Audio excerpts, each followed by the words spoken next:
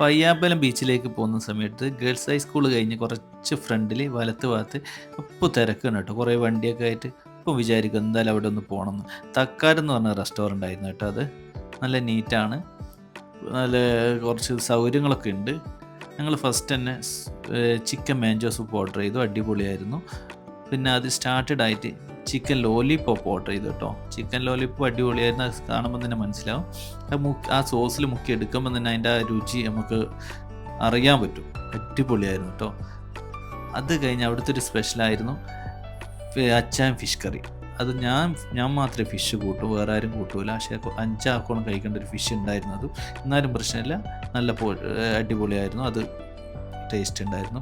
അത് കഴിഞ്ഞിട്ട് ഞങ്ങൾ ബീഫ് ചീൻചട്ടി അടിച്ചു കേട്ടോ, അടിപൊളിയായി. പിന്നെ വെള്ളാപ്പം ബീഫും മീൻ കറിയൊക്കെ സൂപ്പറായിരുന്നു. അത് കഴിഞ്ഞിട്ട് നെയ്പ്പത്തൽ ഓർഡർ ചെയ്തു. നെയ്പ്പത്തലും ബീഫും പിന്നെ പറയണ്ടല്ലോ, കുറേ വെറൈറ്റീസ് അവിടെ ഉണ്ട്.